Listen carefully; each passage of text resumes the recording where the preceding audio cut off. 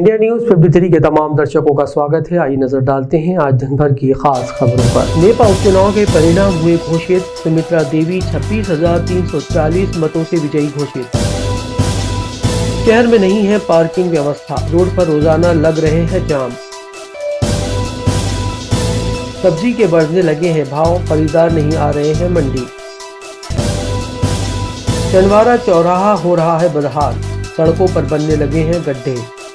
Nipah नगर उपचुनाव की मतगणना मंगलवार को स्थानीय पॉलिटेक्निक कॉलेज में संपन्न हुई। 26 राउंड चली मतगणना के बाद लगातार बढ़त हासिल करने वाली बीजेपी प्रत्याशी सुमित्रा कास्डेकर 26,208 मतों से विजयी घोषित की गई।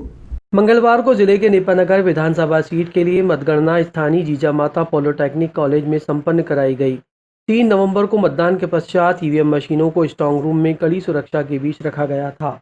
वहीं मंगलवार 10 नवंबर को मतगणना के लिए ईवीएम मशीनों को निकाला गया। सबसे पहले डाक मतपत्रों की गिनती की गई, उसके बाद 26 राउंड में ईवीएम मशीनों में दर्ज वोटों की गिनती की गई।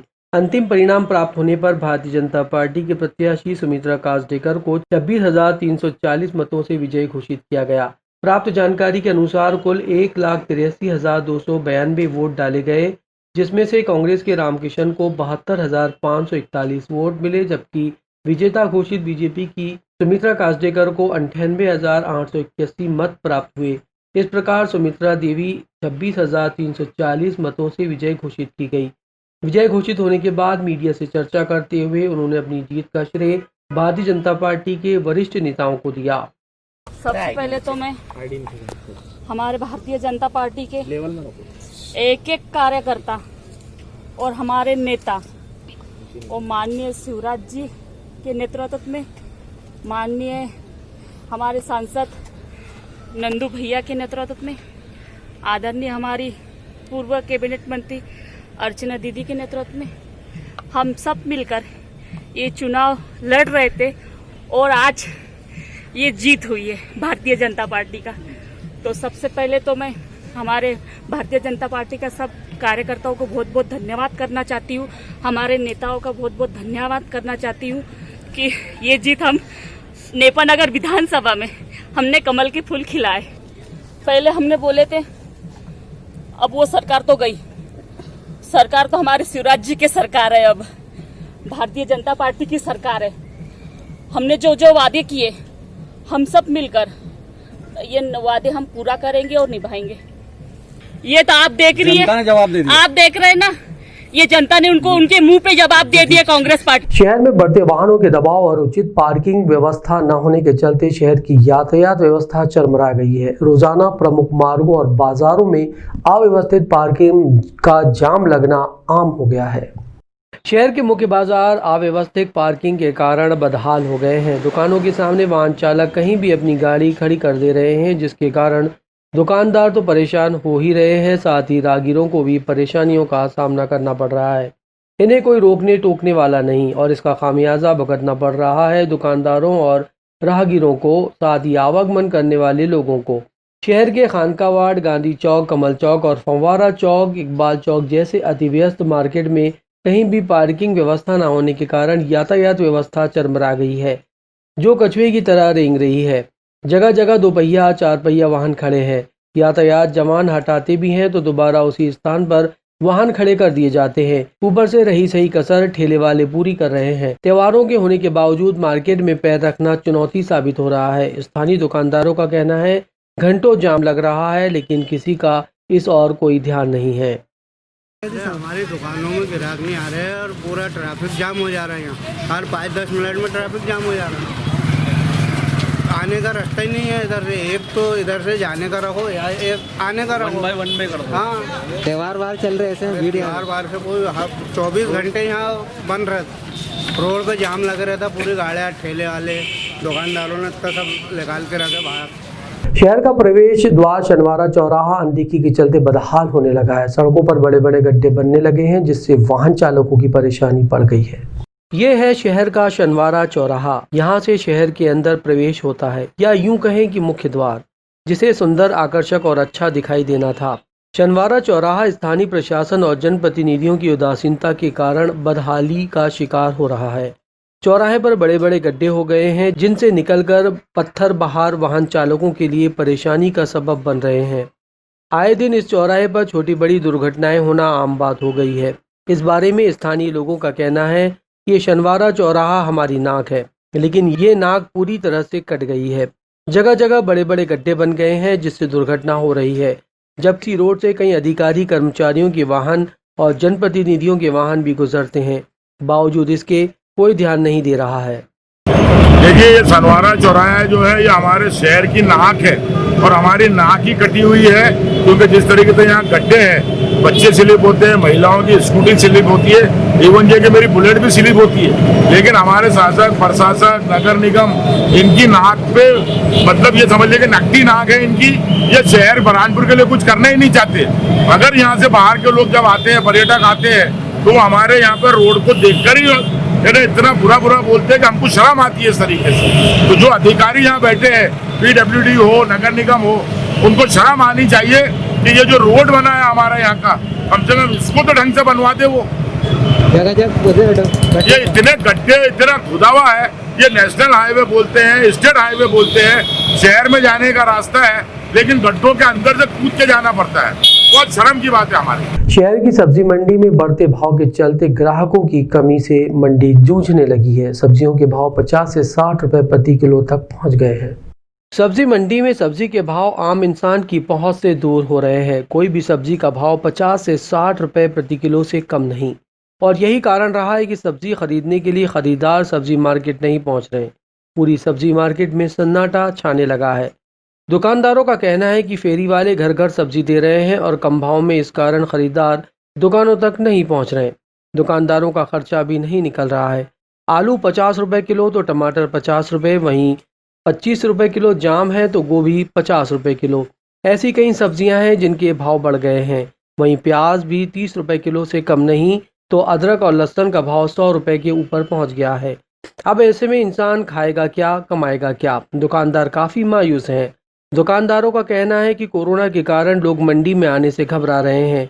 घरों के पास जो सब्जी मंडी से ठेले निकलते हैं, उनसे कम भाव में खरीद रहे हैं। इस कारण दुकानदारों को काफ़ी नुकसान हो रहा है। प्याज बिक रही है अभी 20-25, आलू बिक रहा है 30-40, 20-25 रुपए किलो चल रही प्याज। हाँ, और लहसुन अदरक लहसुन बिक रहे 100, 80, 60, जैसा दे माल जैसा। बाजार में सन्नाटा देखने को मिल रहा है, क्या कारण? बहुत सन्नाटा, बोले तो खर्चा भी निकल रहा है अभी, इतनी हालत खराब है अभी। महंगी नहीं है, नॉर्मल है, बस महंगी नहीं है। टमाटर क्या किलो है? टमाटर 50 रुपए किलो, 40 रुपए किलो। गोभी? गोभी 40-50, मतलब 50 के ऊपर है सब। बस 50 के ऊपर है, 50 के बाद। ग्राहक क्यों नहीं आ रहे, क्या कारण है? लोगों ने पैसा नहीं है, क्या करें? ग्राहक खाने नहीं, टाइम पास कर रहे, जो मिल रहा हो उस पर गुजार ले रहे। और कोरोना की वजह से भी नहीं आ रहे ग्राहक। कई ग्राहक तो कोरोना की वजह से नहीं आ रहे। हम होम डिलीवरी भी करते हैं। खंडवा जिले की मानधाता सीट पर बीजेपी प्रत्याशी नारायण पटेल को 22,129 वोटों से विजयी घोषित किया गया। खंडवा लोकसभा क्षेत्र अंतर्गत आने वाली विधानसभा मानधाता के भी परिणाम घोषित किए गए। इस चुनाव परिणामों में बीजेपी के नारायण पटेल को 22,129 वोटों से विजयी घोषित किया गया। प्राप्त जानकारी के अनुसार बीजेपी के नारायण पटेल को 80,394 वोट मिले, जबकि कांग्रेस के उत्तम पाल सिंह को 58,265 वोट मिले हैं और 22,129 के अंतर से बीजेपी के नारायण पटेल ने जीत हासिल की है। देखिए, कांग्रेस में तो पिछले टाइम में अपने आप में बताता हूँ, वो 2 लाख के चक्कर में मैं धोखे से जीत गया। यहाँ पे शिवराज सिंह जी ने जो काम किया है, मध्य प्रदेश में जो काम किया है, जन कल्याणकारी योजना नीचे तक उतरी है, वो जनता स्वीकार कर रही है और उसका परिणाम आज आपको देखने को मिला है। देखिए, ये जो अपने ओछे कर्मों से और ओछी भाषा से जनता ने ऐसा करारा जवाब दिया है कि उनको अपने कर्म को देखते हुए जनता ने नकारा है। और मैंने अपनी सेहत पे बिल्कुल कोई फर्क नहीं आया और मैं तो कहता था आपसे बार, देखो दूध का दूध और पानी का पानी 10 तारीख को होने वाला है और वो हुआ। बड़े चैलेंज के साथ में कहता था कि मेरे मतदाता, मेरे कार्यकर्ता निश्चित परिणाम देंगे और आज दिखा दिया। छिंदवाड़ा जिले में उद्योगों के लिए 118 एकड़ जमीन को अधिग्रहित कर इसे विकसित किया जाएगा, जिसके लिए प्रक्रिया पूर्ण की गई। जिला छिंदवाड़ा में विधानसभा परासिया विधायक सोहनलाल वाल्मीकि की मेहनत रंग लाई। उद्योगों के लिए 118 एकड़ भूमि का अधिग्रहण किया गया। प्राप्त जानकारी के अनुसार ग्राम पंचायत अवतारा के ग्राम डोमरी डोंगरी में 118 एकड़ भूमि का कलेक्टर ने उद्योग विभाग के द्वारा MP industrial development corporation limited को खसरा नंबर 232 से 266 तक कुल रकबा 47.80 एकड़ अविकसित शासकीय भूमि का विभाग को अधिग्रहण कर उसे दिया गया। MP industrial development corporation limited उपरोक्त भूमि पर देश के किसी भी उद्योगपति द्वारा उद्योग स्थापित करने के लिए भूमि आवंटित कर सकेंगे।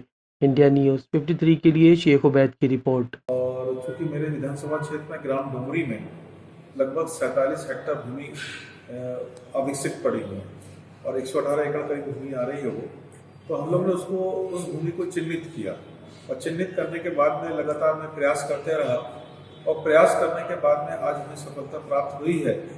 एक सफलता ये प्राप्त हुई है कि मैं आपको जानकारी देना चाहता हूँ कि जो ग्राम डोंगरी ग्राम पंचायत डोंगरी का गांव है पंचायत का, वहाँ पर लगभग 118 एकड़ भूमि अच्छी भूमि जहाँ इंडस्ट्री लग सकती है वो खाली पड़ी हुई है, तो हम लोगों ने उसको चिन्हित किया था।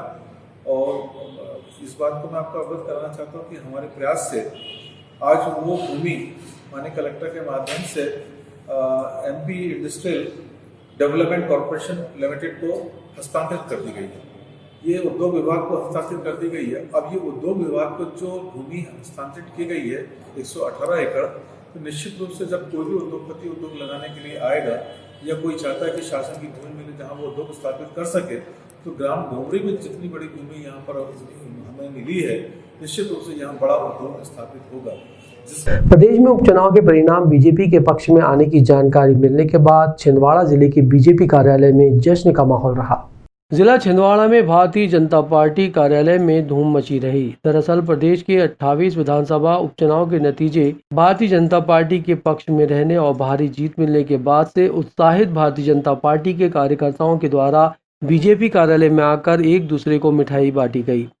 15 साल शिवराज सिंह चौहान की सरकार बनाम 15 महीने की कमलनाथ की सरकार को जनता ने उपचुनाव में सिरे से नकार दिया। कमलनाथ ने चुनाव के दौरान जन प्रदर्शन में आगे तो रहे लेकिन वोट नहीं पा सके। उनके वीडियो भी जारी हुए और भारी समर्थन भी मिला, लेकिन उस अनुपात में उन्हें वोट नहीं मिल पाए। इंडिया न्यूज़ 53 के लिए शेख उबैद की रिपोर्ट। आज के 28 सीटों पे हुए उपचुनाव की मतगणना में भारतीय जनता पार्टी के प्रत्याशियों ने प्रचंड बहुमत से विजय श्री हासिल की है। इस विजय पर मैं भारतीय जनता पार्टी की ओर से सभी नगरवासियों को व सभी कार्यकर्ताओं का हृदय से आभार व्यक्त करता हूं, जिनकी मेहनत से आज पुनः एक स्थिर सरकार, मध्य प्रदेश में विकास करने वाली सरकार माननीय मुख्यमंत्री शिवराज सिंह चौहान जी के नेतृत्व में पुनः स्थापित हुई है। इस अवसर पर सभी कार्यकर्ताओं को पुनः बहुत बहुत बधाई, बहुत शुभकामनाएं। कि मध्य प्रदेश के विधानसभा के उपचुनाव में 28 सीटों में जो उपचुनाव हुआ उसमें अभी तक के परिणाम के हिसाब से लगभग 20 सीटें भारतीय जनता पार्टी ने विजयश्री हासिल की है। और सबसे बड़ी बात यह है कि इस चुनाव में देखने को जो मिला कि भारतीय जनता पार्टी कार्यकर्ता आधारित पार्टी है और हमने देखा एक बड़ा बदलाव पूरा देश में हुआ कि कांग्रेस के मित्रों ने अपनी विधानसभा की सदस्यता इस्तीफा देकर भारतीय जनता पार्टी का दामन थामा और भारतीय जनता पार्टी ने उपचुनाव में उनको अपना प्रत्याशी उसी विधानसभा से बनाया जहां से वे कांग्रेस से विधायक बने थे। और हमारे कार्यकर्ताओं का बड़ा दिल देखिए, भारतीय जनता पार्टी कार्यकर्ताओं का, कि उन्होंने पूरी जिम्मेदारी के साथ, ईमानदारी के साथ मेहनत करके और उनको पूरा विधायक बनाया है।